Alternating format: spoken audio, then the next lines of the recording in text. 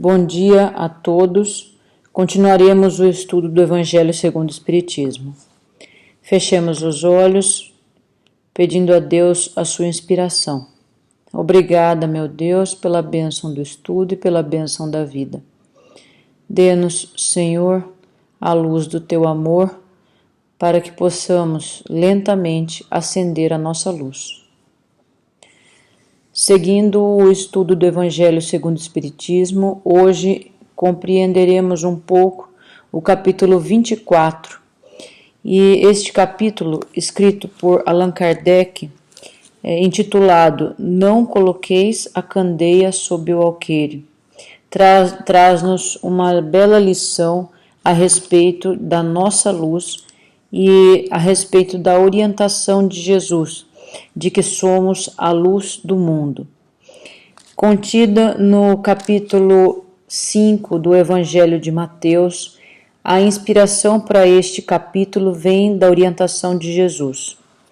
Jesus afirma que vós sois o sal da terra. Ora, se o sal da terra se tornar insosso, com que o salgaremos? Para nada mais serve senão para ser lançado fora e pisado pelos homens.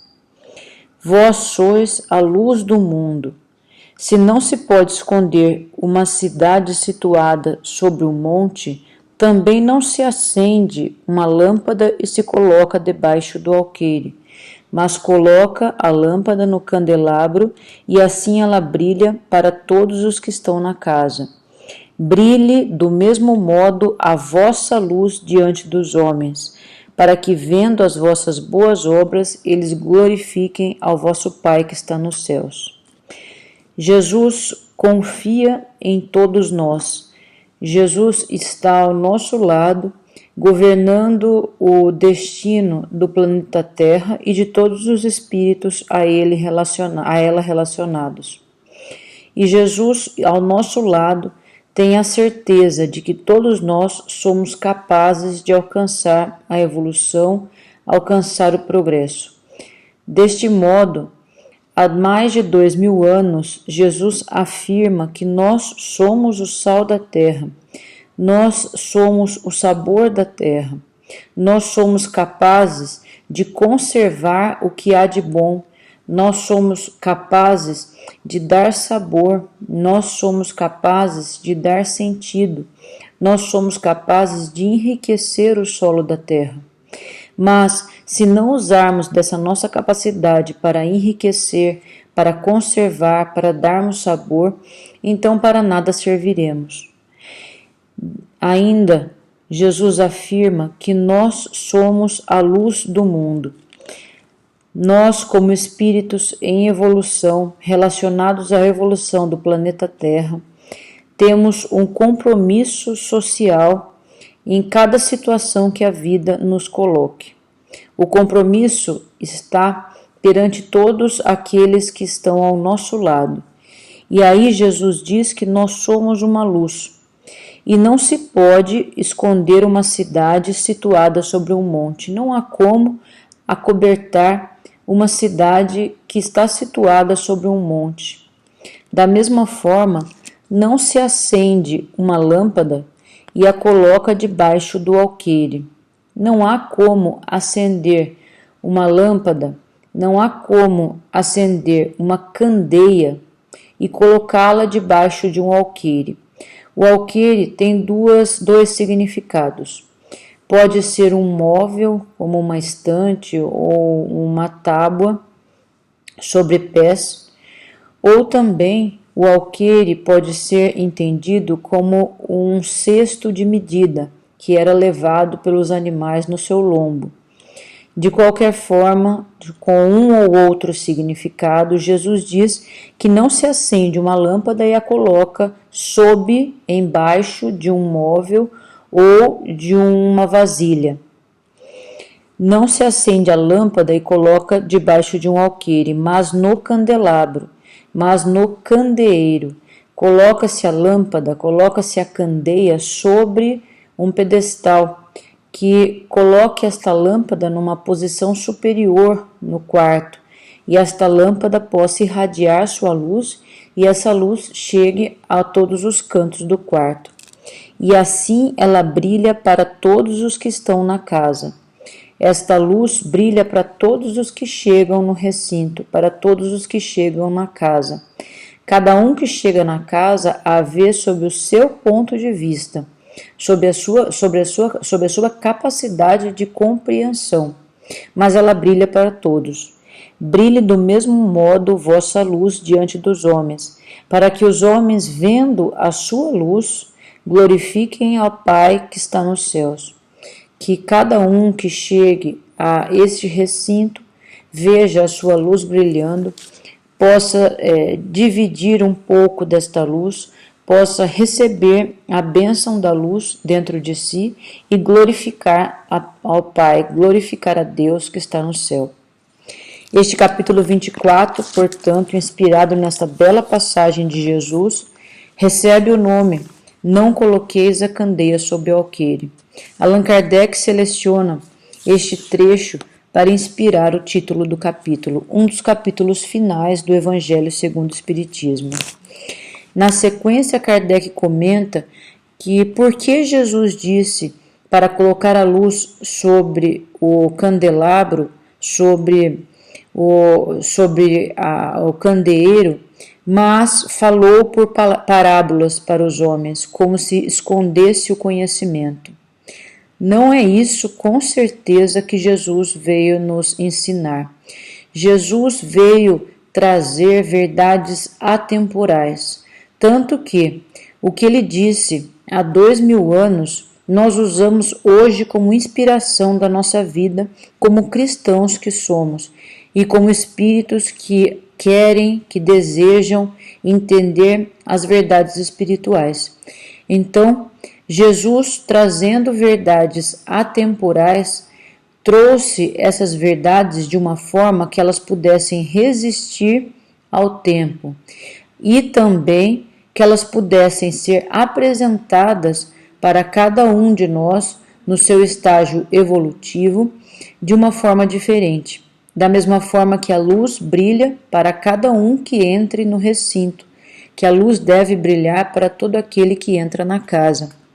Jesus fala por parábola porque muitas das vezes nós ainda não estamos prontos para compreender todo o significado do ensinamento de Jesus.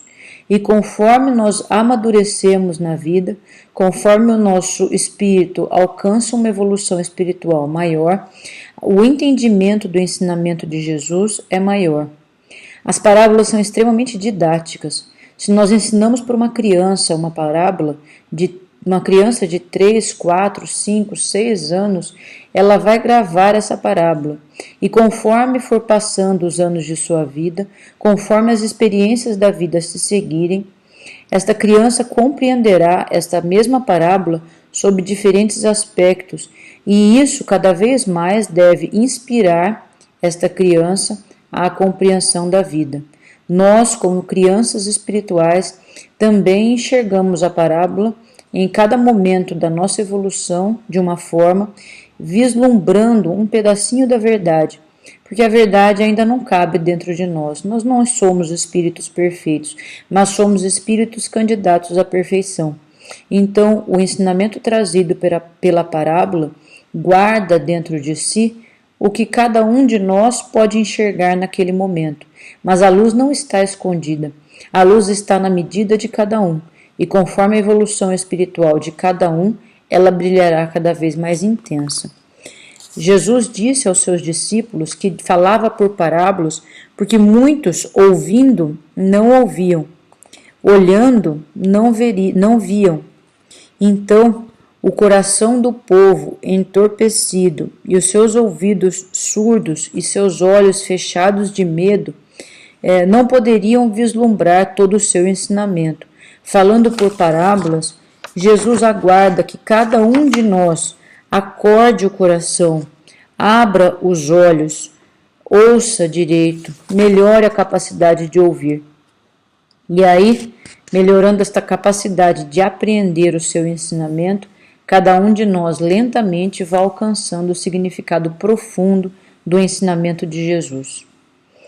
Então, Não coloqueis a candeia sob o alqueire, a fim de que todos os que entrem na casa possam ver a luz. Não significa que tudo deve ser revelado para todos, porque o brilho intenso da luz pode ofuscar aquele que não está pronto para receber aquela luz. Da mesma forma que uma estrela muito brilhante pode cegar se olharmos diretamente para a sua luz. Lógico que, conforme a compreensão do nosso espírito, a luz fará um sentido cada vez maior. As gerações têm a sua infância, a sua juventude, a sua idade madura. Cada coisa deve vir a seu tempo, e o grão semeado fora de época não frutifica. A semente lançada por Jesus frutificará no nosso coração à medida que cada um de nós apresentar o terreno do coração preparado para o frutificar, para o germinar desta semente.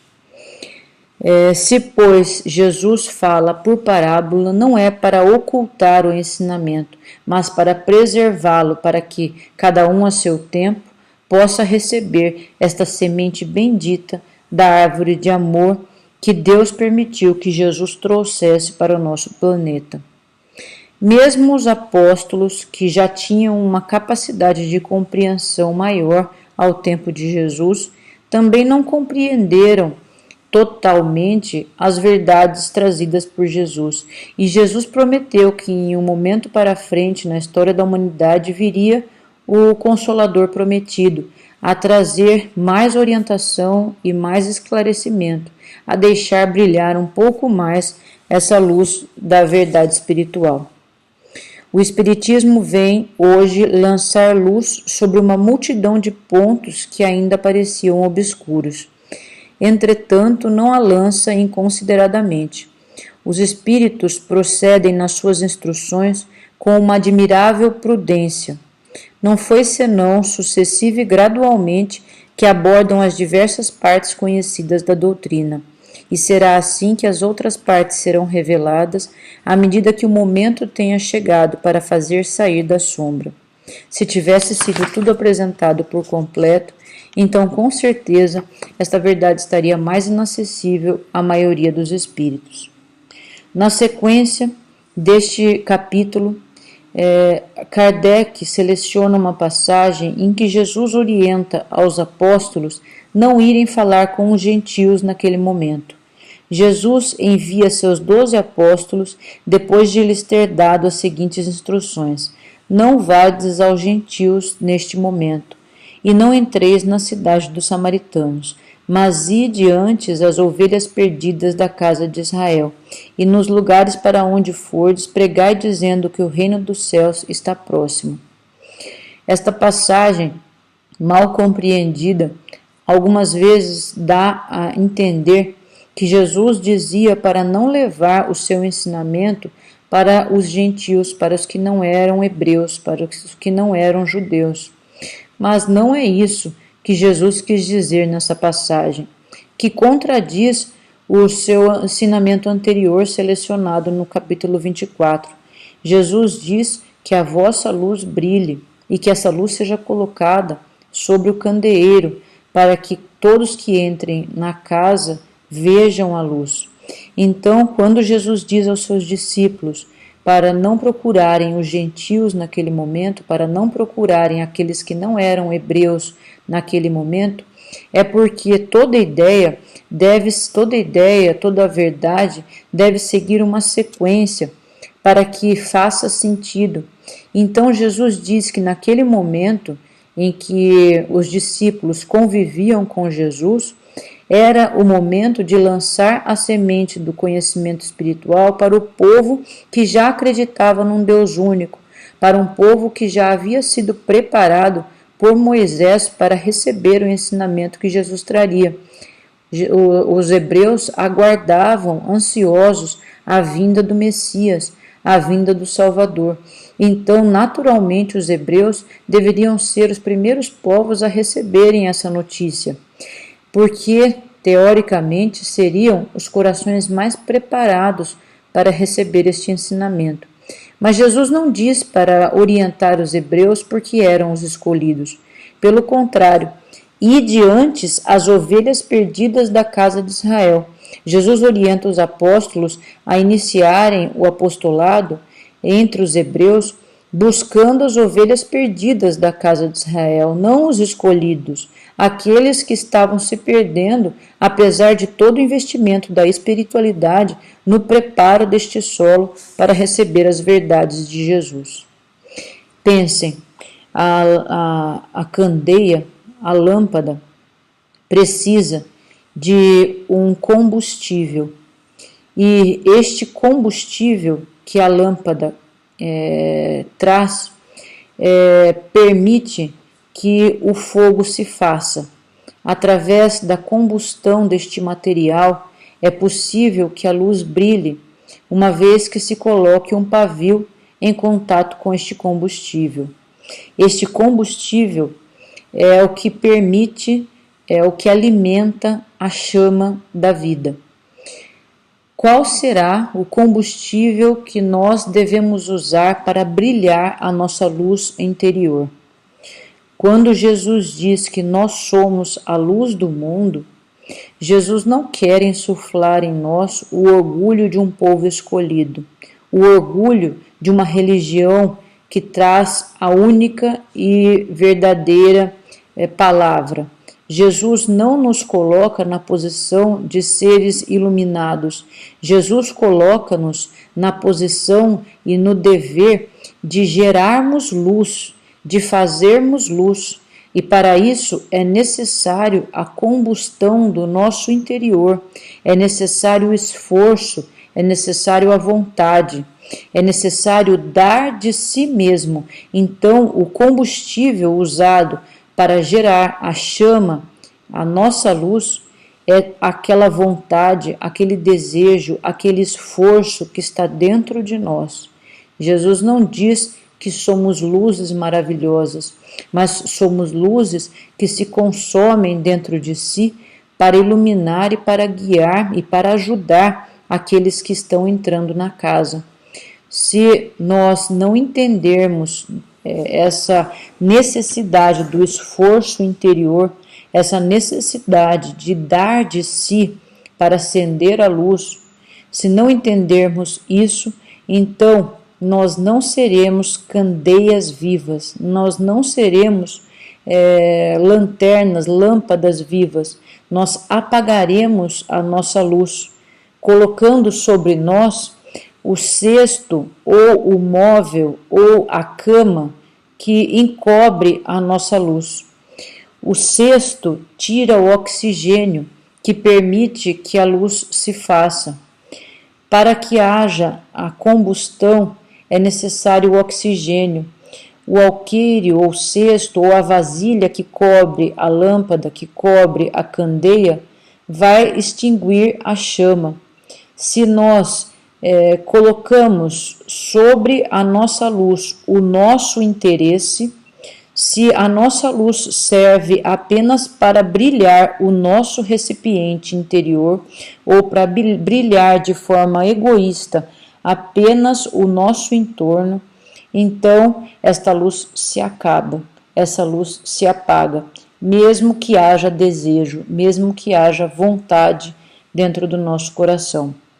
Se, ao contrário, colocamos a nossa luz sobre o candeeiro, se colocamos a nossa luz sobre a estante, nós poderemos iluminar um ambiente amplo e as pessoas que se chegam em torno de nós buscando auxílio, buscando orientação, buscando amparo, alcançarão e serão privilegiadas de terem esta luz, permitindo uma melhor orientação na vida. Então, não é no sentido de sermos superiores, mas no sentido de sermos úteis, de usarmos da nossa vontade e do oxigênio para entregarmos àqueles que se chegam até nós a bênção da vida.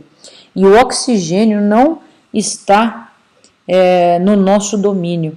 Deus fornece sem custo algum para nós o oxigênio necessário para que com o combustível da candeia haja a formação de luz. Deus fornece para cada um de nós bênçãos infinitas, alimentos infinitos, para que acendamos a nossa luz. Então, com a nossa vontade e com as bênçãos de Deus, nós poderemos ser úteis àqueles que estão ao nosso lado, precisando da nossa ajuda. Até porque, muitas vezes na vida, nós precisamos da luz de quem está ao nosso lado, seja para nos ajudar numa dificuldade de saúde, seja para nos ajudar numa dificuldade financeira, seja para nos ajudar numa dificuldade de compreensão, seja para nos ajudar numa dificuldade de impedimentos da vida que se apresentam para todos nós. E a vida, com os seus impositivos, bate na porta de cada um de nós. Então, se hoje podemos iluminar, tenhamos a certeza que necessitaremos, em algum momento da nossa jornada, das luzes dos nossos irmãos. E, comprometidos com este grupo em que nascemos, em que nos encontramos, em que trabalhamos, tenhamos essa noção clara do dever. Brilhemos a nossa luz. Para isso, doemos de nós mesmos, usando o oxigênio bendito das bênçãos de Deus, tendo por certo que é nosso dever, é nossa obrigação. E nós não somos os escolhidos, nós é que nos colocamos na condição de ouvir a palavra de Jesus e, escolhendo a opção de sermos úteis, poderemos ser, então, alguém que presta para a evolução do planeta e dos espíritos que estão junto de nós neste percurso de progresso espiritual. Neste mesmo capítulo, Kardec conta a passagem em que Jesus afirma que não são aqueles que estão bem que precisam de médicos, mas os doentes que têm necessidade de médico. Os fariseus estranharam que na casa de Mateus Jesus se sentasse à mesa junto com pessoas de má vida, junto com cobradores de impostos. Então, os fariseus questionam os discípulos de Jesus: por que Jesus se senta à mesa com pessoas de má fé? E Jesus lhes afirma que são os doentes que têm necessidade de médico e não os sãos. E aí nós tentamos entender por que há tantas bênçãos e por que Deus renova tantas bênçãos para cada um de nós, mesmo que repitamos ou insistamos em não seguir o caminho do bem. Deus, na sua infinita misericórdia, oferece a cada um de nós oportunidades e oportunidades de progresso, oportunidades e oportunidades de orientação, oportunidades e oportunidades de tratamento e cura. E nós, em algum momento, quando encontramos no momento de amadurecimento suficiente para entender essa bênção celestial, aproveitamos o momento, as condições para permitir o amadurecimento do ensinamento de Jesus no nosso coração. Da mesma forma, a mediunidade, como uma condição inerente ao corpo físico, pode ser usado tanto para bem quanto para mal.